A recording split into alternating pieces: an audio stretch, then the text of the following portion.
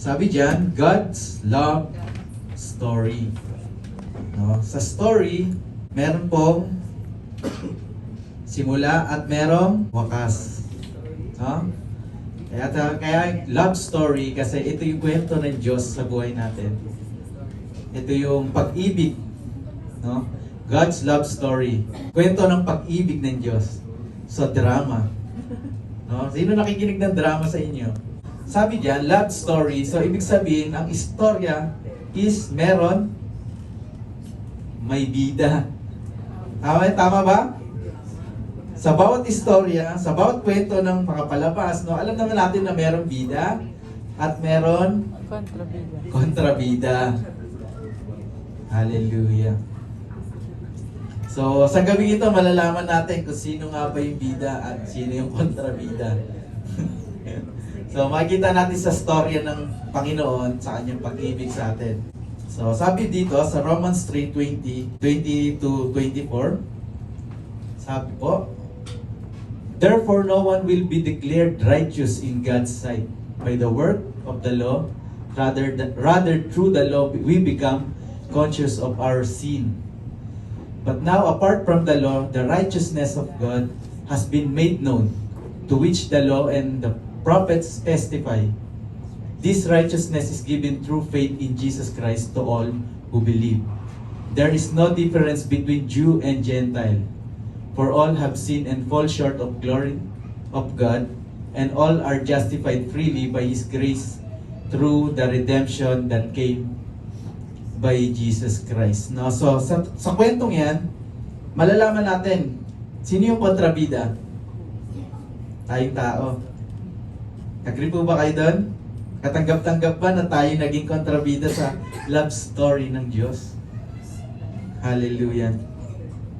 No, sabi diyan, dahil sa kasalanan, lahat tayo ay hindi nakaabot sa kalwalhatian ng Panginoon. Kahit ng mga Hudyo o mga Gentiles. Lahat po tayo. So lahat ng tao hindi nakaabot sa kalwalhatian ng Panginoon. Amen?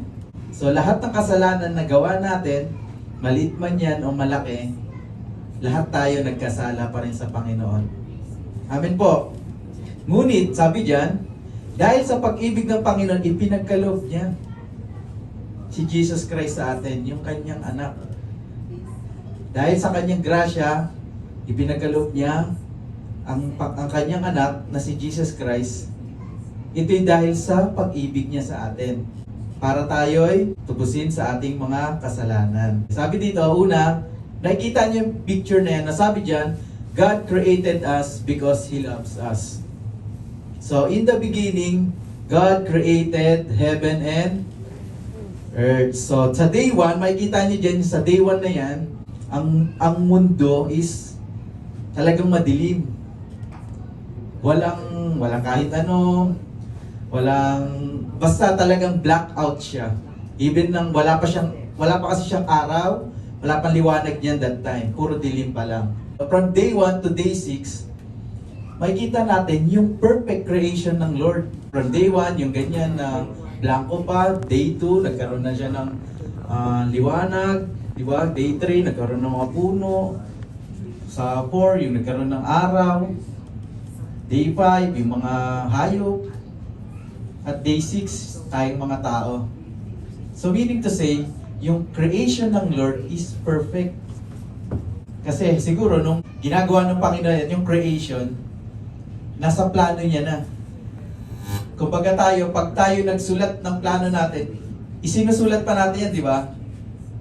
Ganon din siguro ang Lord. Nakano na sa isip niya na from day 1, maglilikain niya ang heaven and earth. Sa Tagalog version ng Bible, yung MBB 05, no? From day 1, makikita niyo doon yung message na every day na kinecreate ng Lord, nasisiyahan siya. Sa bawat gawa niya, sa bawat yung ginagbigay siya ng tubig, nasisiyahan ng Panginoon. Na parang natutuwa sa ginagawa niya. Ganun po. Lahat ng ginagawa niya is masaya siya. Amen po. At dahil din po sa pag-ibig ng Diyos, kung makikita niyo po, yung bilog na yan, yung, di ba yung earth? Kung hindi perfect yan, sa laki niyan dapat hindi lumulutang. Sa laki niyan, hindi umiikot.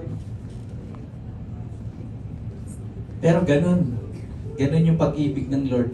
Ganun yung story ng Panginoon, yung perfect creation niya sa atin. Sa mundo at sa atin. Amen po. Bakit nilikha ng Diyos ang babae? May katuwang. Para may kasama yung lalaki, syempre. Malungkot ang buhay ni Adan kung wala si Eva. Amen po. So, naka-design na alam na ng Diyos na gagawin niya ang lalaki. So, alam niya na malulungkot ang lalaki, kaya bibigyan niya ng babae.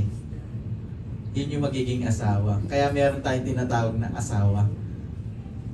Kasi nung panahon nila, ang Diyos, alam niya na hindi kaya ni Adan.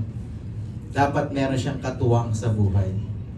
Lalo-lalo na sa kanila pinagkatiwala yung mga hayop, di ba? Lahat ng mga lilikha ng Diyos sa kanila pinagkatiwala yan. Sila magmamanage ng mga hayop. Sa pag-aalaga pa lang ng hayop, kung ilan yung nilikha ng Diyos, mahirap na eh. Meron pa kasi nakalagay dyan yung sa tubig yung mga malalaki. Sila rin ang magmamanage. Si Adan lang, di ba? Kung si Adan lang ang nilikha. Hallelujah. Pero dito nga, sabi ko dito sa God created us because He loves us. Ditong sa pag-create ng Panginoon sa babae, doon na rin nag-start yung nadumihan yung love story ni Jesus ng Panginoon sa atin. Bakit nadumihan? Kasi yung pinaka-ipinagbabawal ng Diyos, doon pa siya na-tempt. Doon pa yung kinain niya sa dami ng punong kahoy dyan, sa dami ng bunga. Diba? Yun pa yung bawal ang kinain niya. At doon po nasira yung perfect creation or nadumihan yung perfect creation ng Lord dahil sa kasalanan ng tao. Dahil sa kasalanan ginawa ni Eva at ni Adan. Amen po. At doon din po, makikita natin dyan sa chapter 3 ng Genesis, no? Doon din po sa after ng ginawa ng kasalanan ni Eva, ng pagkain niya ng bungang ipinagbabawal ng Panginoon, doon din po nag-start yung paghihirap, yung salitang mahirap. Na which is, wala sanang mahirap na salita kung hindi sila nakagawa ng kasalanan. Sabi ng Panginoon, ikaw babae, magbubuntis ka 9 months. At yung 9 months na yun, maghihirapan ka pa sa panganganak. Grabe, no? Kasama pala sa ano yun, kasama pala sa ginawang disiplina ng Diyos sa tao, sa kanila, yung panganganak or pagbubuntis ng babae. Sa asawa naman lalaki, kay Adan naman, na siya raw ang sa lahat ng oras na siya magtatrabaho, magsisikap para sa family nila. No? Pero kung isipin natin, yung disiplina, so ito hindi ito, yung isipin natin na hindi porket ginawa ng Panginoon na maghirap sila, hindi po ibig sabihin hindi na sila mahal ng Diyos. Agree po ba kayo? Amen. Hindi po ito ginawang parusa sa kanila, kundi disiplina lang. Kasi kung parusa yan, hindi nagagawa ang Panginoon ng way para bumalik tayo sa Kanya. Curse na yun. So, diyan ka na. So, ito'y disiplina lang ng Panginoon sa tao. Amen po. At hindi ito dahilan or hindi ito nakaapekto sa pagmamahal ng Diyos yung pag ginawang kasalanan ni Eva. Hindi ito naging dahilan upang hindi na mahalin ng Diyos ang tao. Dinisiplina lang po sila hanggang sa atin. Halimbawa, sa magulang, kapag nagkagawa ba ng mali ang inyong mga anak, dinisiplina nyo, hindi nyo na sila mahal? Nawala ba ang pagmamahal nyo kapag pinalo nyo yung anak nyo dahil nakagawa ng mali? Hindi nyo na ba sila mahal kapag nakagawa sila ng kasalanan? Di ba hindi? Of course, mahal nyo pa rin sila. Anak nyo sila eh. Ganon din ang Diyos. Siyang naglikha sa atin eh. gumawa tayo ng kasalanan, nakagawa man sila ng kasalanan, mahal niya pa rin tayo. Dinisiplina lang. Amen? Amen po. Amen. So, yun nga po, yung sinasabi dito na God created us because He loves us. Dinisiplina lang tayo ng Diyos, nilikha niya tayo at dinisiplina lang ng Diyos ang tao dahil mahal niya. Hindi dahil ayaw niya na sa tao. Amen po. So, pangalawa, sabi dito, we walk away from God's love. Ito na yung part naman nating tao.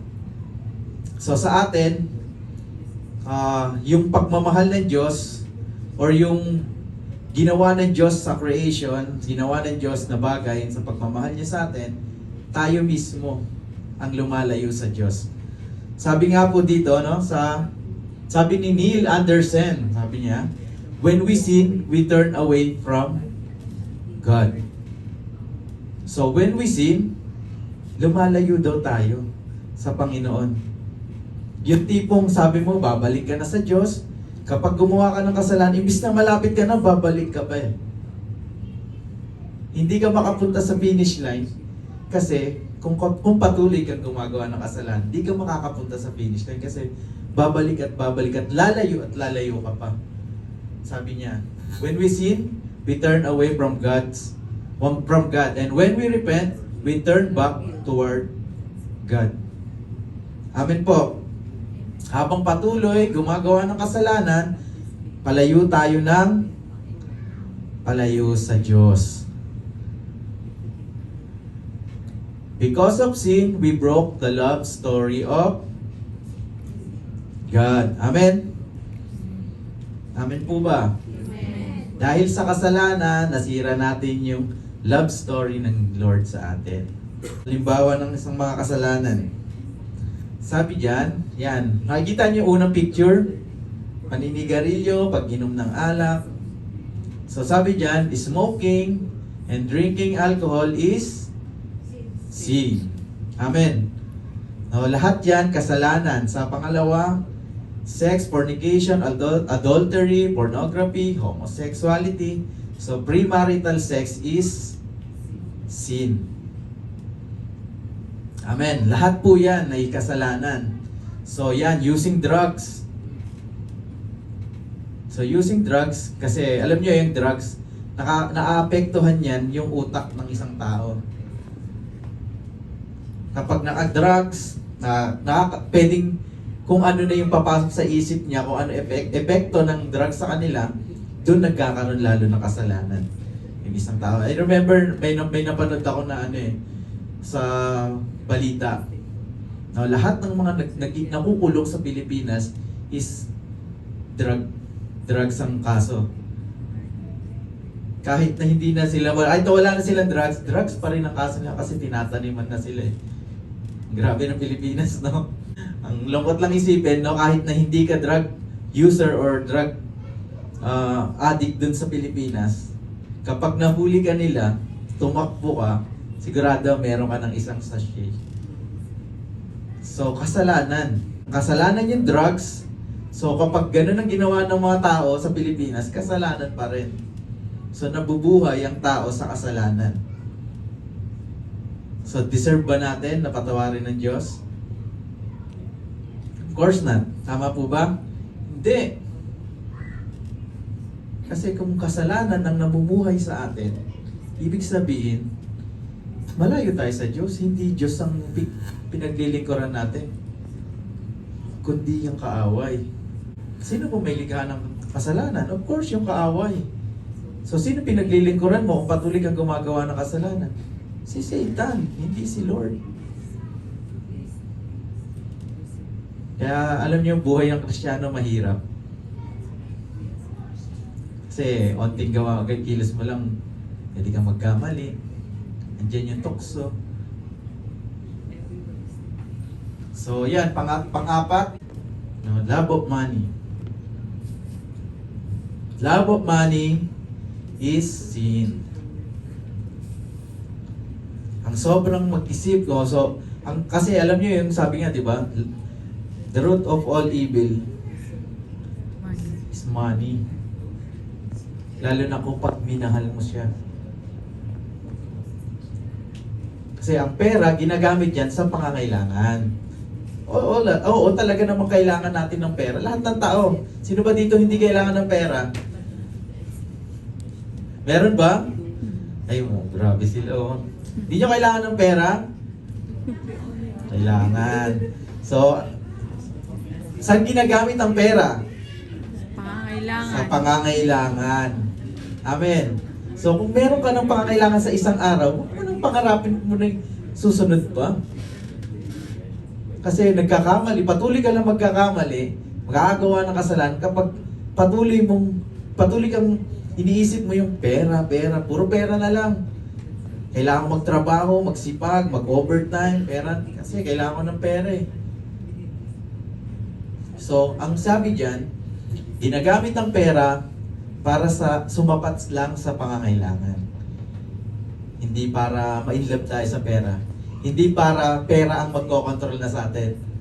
No, sabi ko nga last time, no, nakadepende ang mood ng isang tao, depende sa budget. Kung walang budget, mainit ang ulo. Kung walang budget, hindi makagala.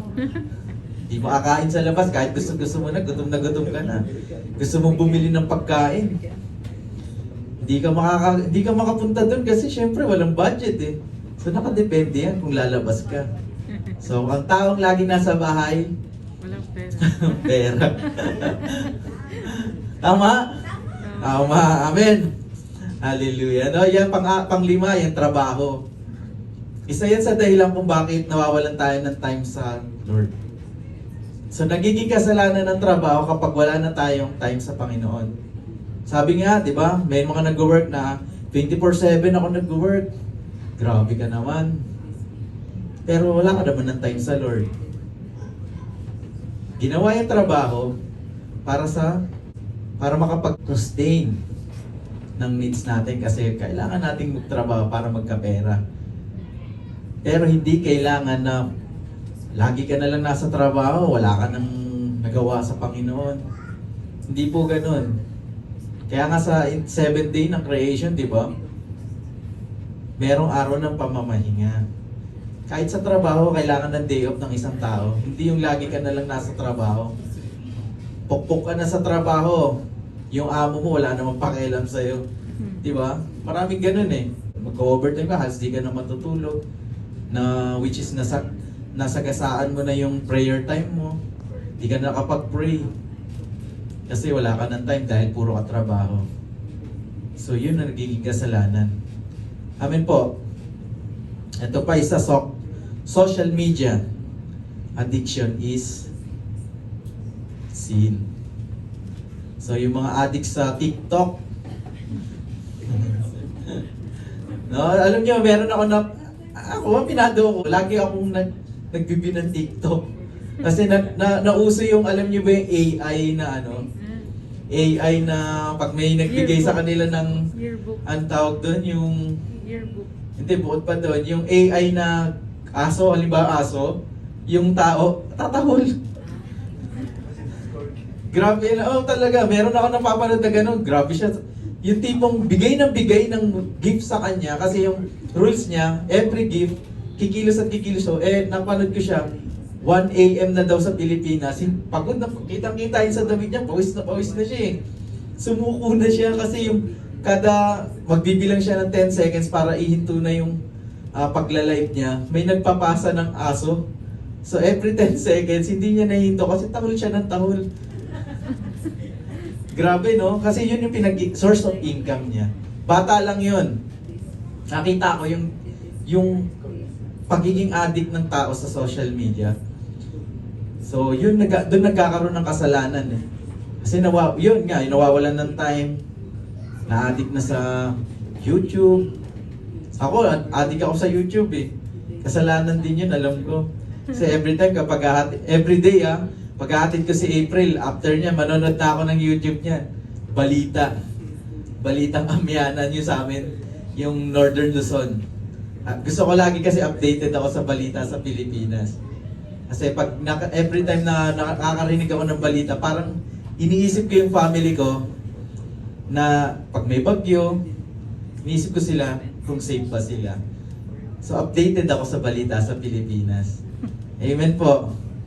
Hallelujah. Meron pa dito, sabi dito, the path out of paradise. Sa Genesis 3, 1-6, now the serpent was more crafty than any of the wild animals of the Lord God had made.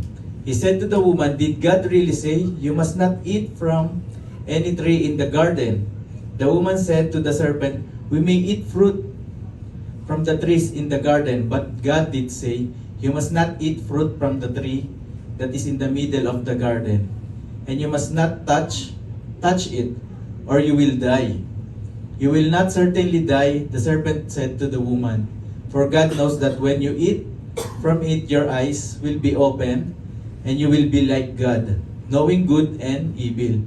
When the woman saw that the fruit of the tree was good for food and pleasing to the eye, and also desirable for gaining wisdom, she took some and ate it.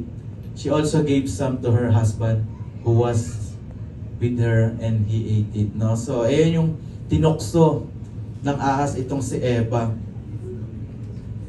No? So, yung sabi ko sa chapter 3 na yan, kung mababasahin niyo yung buong chapter ng Genesis chapter 3, is andyan yung tukso, simula sa tinukso ng ahas itong si Eva hanggang sa yung hindi parusa. Ayokong magsabi ng parusa na term dinisiplina na lang. Para hindi naman ganun kabigat. Sa dinisiplina ng Diyos ang tao. Kaya yung sabi kanina, na kaya tayo napapalayo, sabi, path out of paradise, napalayo tayo sa Diyos dahil sa kasalanan. So, yung kasalanan lang, maliit yan o maliit, kasalanan sa mata ng Panginoon yan. Presumption, sabi, when we question God's wisdom. Deuteronomy 6:16, you shall not put the Lord your God to the test as you tested Him at Masa. Now, when we question God's wisdom, kasi madalas, sa tao, nawawalan tayo ng tiwala, kinu-question na natin ng Panginoon, kung yung mga bagay na hinahangad natin, hindi niya ipinagkakaloob. Siyempre, may mga bagay na hindi naman talaga para sa atin, di ba?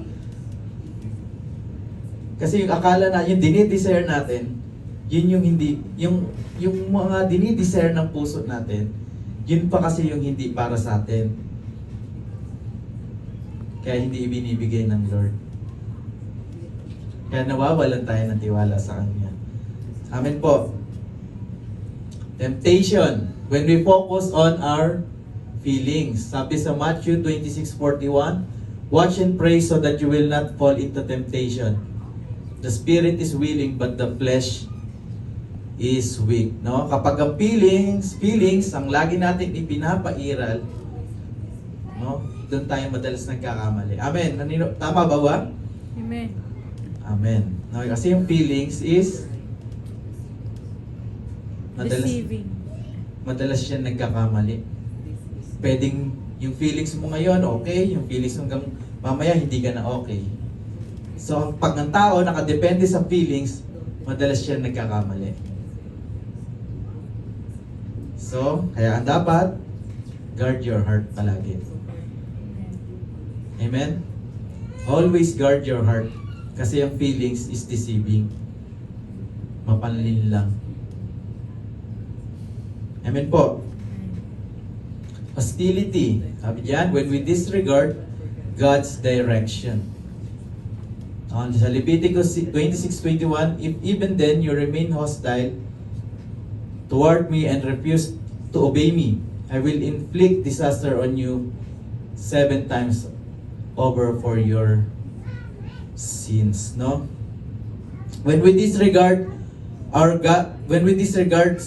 God's direction, no? Ito yung madalas. Kasi minsan pinapangunahan na natin yung Panginoon Yung plano ng Panginoon, madalas nadidisobey yan kasi mas madalas natin sinusunod yung isip natin, yung puso natin, at doon nadidisregard yung gustong mangyari sa buhay natin ng Panginoon. At isa yan sa mga kasalanan kung bakit tayo nawala sa paradise. Amen? Yan. Meron dito, sabi dito, 4 na bagay na sinabi ng na hindi sinabi ng Panginoon. Sabi diyan, follow your heart. So, yung salitang follow your heart, hindi sinabi ni Jesus yan. Wala sa Bible yan. Kasi ang sabi ni Jesus, follow me. Wala kang ibang susundin, kundi ako lang. Susundin. Follow me, sabi ng Panginoon. Sa pangalawa, be true to yourself. Yan yung mga bagay na hindi sinabi ng Panginoon. Kasi ang sabi ng Panginoon Jesus, whoever wants to be my disciple must deny himself. Believe in yourself. Hindi rin sinabi sa Bible yan. Kasi ang sabi ng Diyos, believe in me. Maniwala tayo sa Diyos. Hindi sa puso natin, hindi sa sarili natin. Kasi kung maniniwala tayo sa sarili natin, parang magiging ano na tayo no? Yung mayabang na yung dating natin no? Sabi pa dyan, live your truth. Pero hindi yan sinabi ng Diyos. Sabi na ni Jesus Christ, I am the truth. Si Jesus lang po ang daan at ang katotohanan. Amen po. At yung pong 4 na yan ay hindi sinabi ni Jesus. Amen? Sabi diyan sa Jeremiah 17:9, the heart is deceitful above all things and desperately wicked. Who can know it? So ang puso natin ay mapanlin lang, kaya yung mga bagay na yan, hindi dapat natin gawin. Huwag na tayo maniniwala sa sarili natin. Niwala lang tayo sa Diyos. Kasi si Lord, alam niya yung lahat. Alam niya yung mga bagay na dapat para sa atin. Amen po. Amen. So, next. God sent Jesus to connect us back to Him. Ito yung maganda. Si God, binigay niya yung kanyang anak to connect us back to Him. So, yung nasira nating love story, may paraan ng Diyos. Sabi diyan sa John 3:16, for God so loved the world that He gave His only begotten Son, that whosoever believe in Him should not perish but have everlasting life. No? Ito yung binanggit, no? Yung kasalanan natin nung, sinabi ko ng mga kasalanan yan, yung sa mula sa pagkawala natin sa paradise, lahat ng kasalanan yan, nawala, nabayaran, napalitan, at natubos dahil dumating si Kristo Jesus. Amen? Binigay ng Diyos ang kanyang bugtong na anak, which is si Jesus Christ, to redeem us. Saan? Sa lahat ng kasalanan. Kung tayo nawala sa paradise, nasira natin, nadumihan natin yung love story ng Panginoon sa atin, binigay niya ang kanyang anak para mag-connect ulit tayo sa Kanya. Amen? Siya ang daan patungo sa Diyos Ama. Amen po. At dahil sa pag-ibig ng Diyos Ama, sinakripisyo niya ang kanyang buhay, which is si Jesus Christ. Sinacrifice niya, binigay niya para sa atin.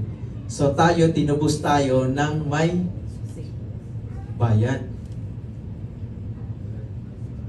Bayad ng kasalanan natin, nabayaran na yan lahat ni Jesus. Amen? So hindi na natin kailangan magpunta ng tawag doon? Sa may bundok ng, diyan sa madami dyan sa Pampanga. Hindi natin kailangan magpenitensya dahil sa malinisan yung kasalanan natin. Hindi na kailangan natin magpapako sa krus para malinis yung mga nagawa natin. Kasi binigay na sa atin si Jesus Christ Binayaran na yung kasalanan na gawa natin Amen po. So lahat ng kasalanan, kagalingan, ibig kagalingan, nung naparito ang Panginoong Jesus, naging pagpapala siya. Amen? Kaya alam niyo, meron tayong celebration ng communion para maalala natin yung ginawa ng Panginoong Jesus nung siya'y naparito sa mundo. At yun yung naging pagpapala sa atin. Pagpapala dahil nilinis niya tayo sa kasalanan, pinagaling niya lahat ng nakaramdaman, lahat ng uri ng sakit, pinagaling niya. Yung siya'y naparito, mga bulag, nakakita, ang pilay nakalakad, ang patay ay nabuhay. Diba? So, yung pagdating ng Panginoong Yesus ay pagpapala sa mga tao. Amen po. Palakpakan naman natin ang Panginoon. Hallelujah. Sabi dito, the path back to paradise. In John 3:16, sabi dyan, receive God's gift of love. For God so loved the world that He gave His only begotten Son. So, kung makikita niyo yung picture, no? Yung cross, simbolo yan ng pag-connect ulit natin sa Diyos. Amen po. Kung makikita niyo yung picture, no? merong apoy, tapos yung mga tao, maraming nalaglag na sa apoy. Iilan lang yung nandun sa may cross. So, alam nyo yung bagay na yan. Kaya dapat natin alalahanin yung pagdating ng Panginoon. Kasi, siya ang naging daan, naging tulay, pabalik sa Diyos Ama. Para maging manumbalik or mabura yung dumi or kasalanan na nagawa ng tao. At sa ano dapat natin gawin? Receive God's gift of love. So pag sinabi natin gift, ito'y libre. Sino ba dito yung nagbigay ng regalo na nagbabayad? Di ba? Wala naman, di ba? Hindi na libre yun pag ganon. Pag binigyan ka ng regalo at pinabayaran, hindi na libre yun. Pero sabi diyan, God's gift of love, which is free. Ang dapat lang natin gawin is i-receive. Kailangan ng receiver. Amen?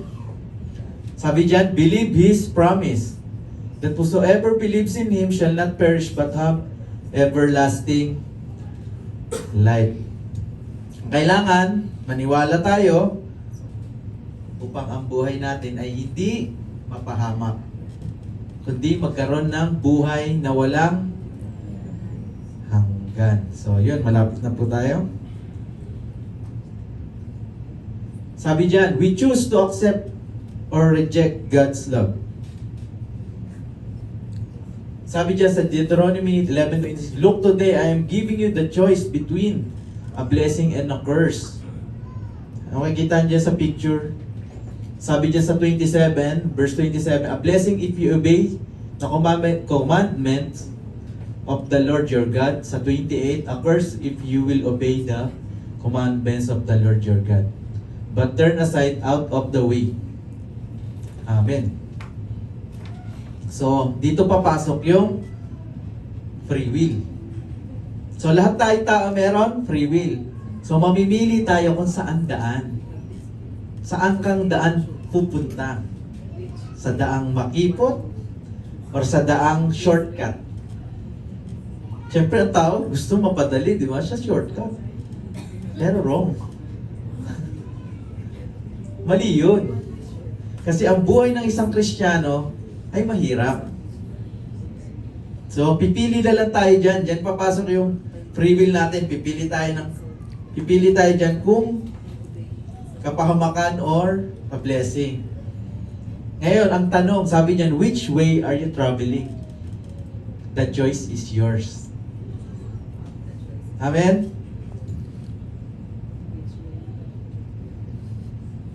Alam niyo po ba kasi, kaya sabi diyan may accept or rejects God's love. Ang buhay ng isang Kristiyano ay hindi madali. Hindi porke tinanggap na natin ng Panginoong Yesus, andyan na yung blessing lagi sa atin. Hindi po ganun yun. Na every time na magpe-pray tayo, agad-agad ibibigay niya dahil in-accept natin siya. Hindi po ganun. Hindi po dahil tinanggap natin ang Diyos, andyan na yung kagalingan agad-agad sa atin. Andyan na yung blessing, prosperity, no? Kahit yung mga 12 disciples niya naman, nakaranas rin sila ng hirap. So, ganun din sa atin. Ang daan na yan is dalawa yan. Madali at mahirap. Yung mahirap, yun yung patungo sa Panginoon. Kasi habang tayo nahihirapan, habang tayo papalapit sa Panginoon, dun umahatak rin ang kaway. Kaya meron yung mga struggle, meron yung mga trials. Kasi dun sinusubok yung ating faith. Kasi ang tao, pag shortcut yan, wala nang faith. Wala nang tiwala sa Diyos. Wala nang, di nahanapin ng Panginoon kasi ang bilis nakarating ka agad siya. Pero pag ang tao napunta sa mahirap na daan, doon mas lalong lumalakas yung ating pananampalataya. Dahil ang kailangan natin is ang Diyos. Amen? Amen po ba? So nasa sarili natin kung anong daan ang pipiliin natin. Madali or mahirap. Shortcut at long drive. Amen po. So, last. So, sino dito ang ayaw ng eternal life? Siyempre lahat tayo gusto. Eternal life sa heaven, ha? Hindi eternal life sa hell. Ulitin ko po. Eternal life sa heaven. Kasi dalawang uri yan eh. Eternal life kapag sa hell at eternal life kapag sa heaven. So dapat dun tayo sa heaven. Pero ito, makita nyo itong eternal life na to, itong buhay na walang hanggan ay pinagkaloob sa atin ng Diyos. Ito'y libre. Pero maraming ayaw. Maraming hindi naniniwala dyan. Kasi may nakilala kami na ano siya, ano ba yan, atheist? Sabi niya kapag namatay daw siya, basta ang anak niya okay na yung hanggang college na pag-aaral, okay na yung funds ng anak niya. Bahala na raw yung kaluluwa niya kung saan mapunta. Grabe yung isip nila. Hindi kasi nila alam yung salitang eternal life. Hindi nila alam yung salvation. Yun lang po yung nakakalungkot, no? Kasi may mga ganong tao na hindi sila naniniwala sa Diyos. Mas pinaniniwalaan nila yung reality ng buhay nila. Okay? Sabi ko nga, itong eternal life, which is salvation, libre ito na inalok sa atin ng Panginoon. Ang tatanggapin na lang natin. So ano bang mahirap doon kung tatanggapin mo yung buhay na walang hanggan, which is yung salvation? May mahirap ba doon? Di ba wala? Pero sa mga taong hindi naniniwala sa Panginoon, ito yung mahirap. Amen po. Sabi diyan, John 3:16, that whosoever believes in Him should not perish but have everlasting life. So lahat ng naniniwala sa Panginoon ay hindi na mapapahamak, kundi magkakaroon ng buhay na walang hanggan. Amen? Sa John 10:9, I am the door. If anyone enters by me, he will be saved and will go in and out and find pastures. No, kailangan natin tanggapin ang Diyos. Accept natin si Jesus Christ. Yan lang yung paraan para makamit natin yan, salvation. Accept Jesus Christ and turn away from your sins. Amen. As we end, no? Lagi po natin alalahanin yung istorya from creation hanggang ngayon. Yung story ng Diyos sa atin. Ito'y love story. Kasi kung hindi tayo love ng Panginoon, wala na tayo ngayon dito. Puro na lang, puro curse na lang. Hirap na hirap siguro tayo. Kung ngayon nahihirapan tayo, lalo na kung hindi niya tayo mahal. Conclusion. Grace is God's love in action for those who don't deserve it. So, ang grasya ng Panginoon, ito'y hindi para sa atin dapat, di ba? Grace is God's love in action for those who don't deserve it. So, lahat tayo hindi deserve ng grasya ng Panginoon.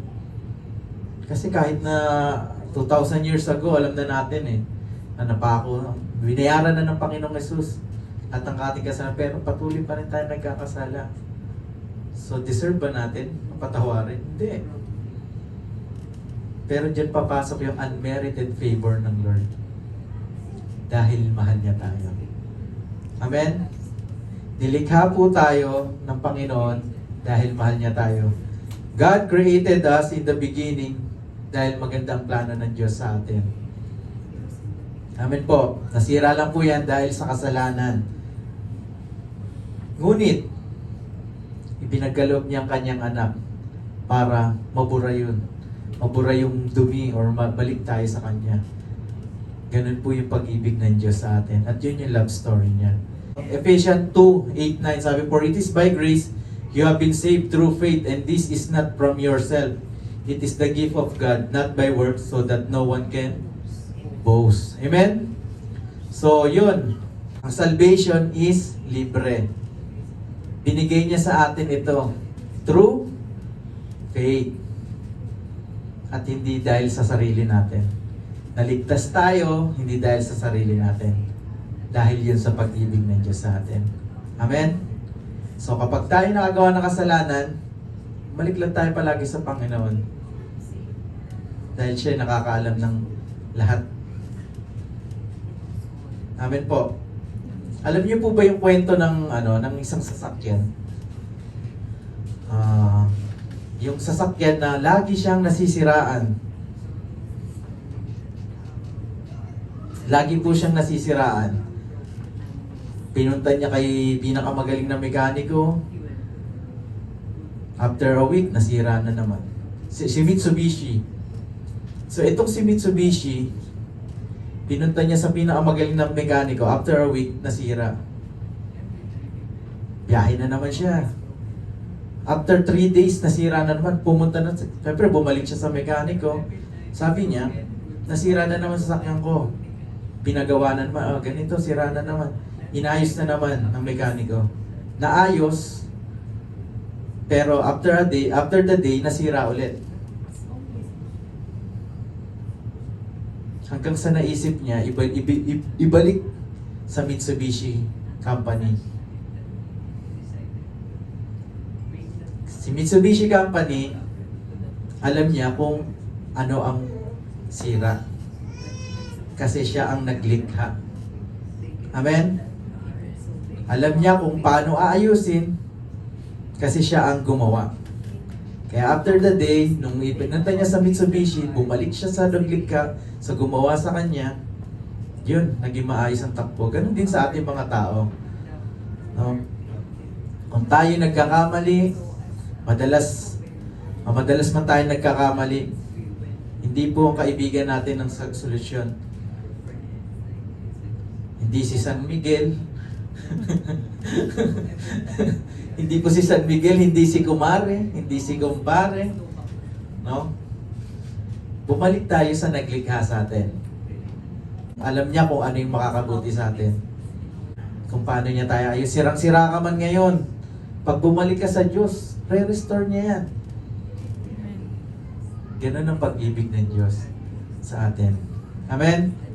At yun yung love story ng Diyos para sa atin. Amen po. So, magsitayo po tayong lahat. Hallelujah. Awitan natin ang Panginoon sa kanyang kabutihan, sa kanyang ginawa sa atin 2,000 years ago. Ang pagbalik or pagpunta ng Panginoong Yesus dito sa mundo, ito'y pagpapala sa atin. Alalahanin natin na ang Diyos kasama natin palagi. Hallelujah. Nahihirapan ka man ngayon, isipin mo, mahal ka ng Panginoon. Hirap ka man sa buhay, lagi ka man nagkakaroon ng problema, isipin lang natin palagi na ang Diyos di tayo pababayaan. Ganon ang pag-ibig ng Diyos sa atin. Amen?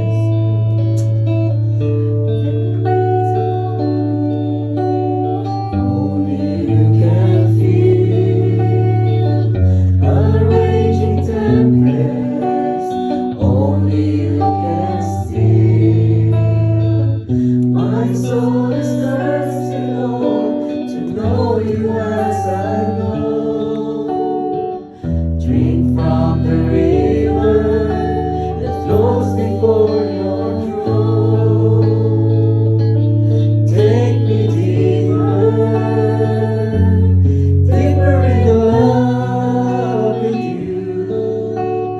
Jesus, hold me close in your embrace.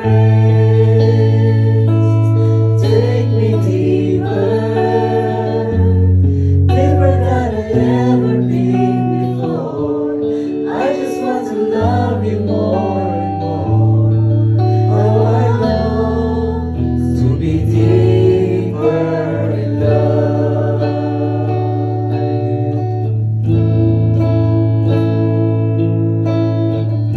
Sunrise to sunrise, I will seek your face. Drawn by the Spirit to the promise of your grace. My heart is finding you, a hope that will abide. Here in your presence, forever satisfied. Take me deeper, deeper in love with you. Jesus, hold me close in your embrace. Take me deeper, deeper than I've ever been before. I just want to love you more and more. How I long to be deeper in love. Take me deeper, deeper in love with you. Jesus, hold me close in your embrace. Take me deeper, deeper than I ever been before. I just want to love you more and more. How I long to be deeper in love. How I long to be deeper in love. How I long to be deeper in love. Hallelujah. O Diyos na makapangyarihan sa lahat, Lord, salamat sa mensahe mo, Panginoon, sa gabi ito. Lord, tunay nga na ang iyong pag-ibig ay wagas para sa amin, Lord. Salamat sa kapatawaran. Salamat sa paraan mo, Panginoon, na kami binalik mo, Lord, sa iyong kalwalatian. Lord God, binigay mo ang iyong bugtong na anak na si Jesus para sa amin, Lord. Salamat, Panginoon. Hallelujah. Salamat, Lord God, sa mensahe mo ngayon, Panginoon, ay tinuro mo sa amin na ito'y magamit namin sa aming buhay. Maalala namin, Lord, ang iyong kabutihan, ang iyong pag-ibig, at ang iyong love story sa amin, Panginoon. Salamat, Panginoon. Maghari ka sa buhay ng bawat isa sa amin, Panginoon. Ito po ang aming dalangin. In Jesus' name we pray.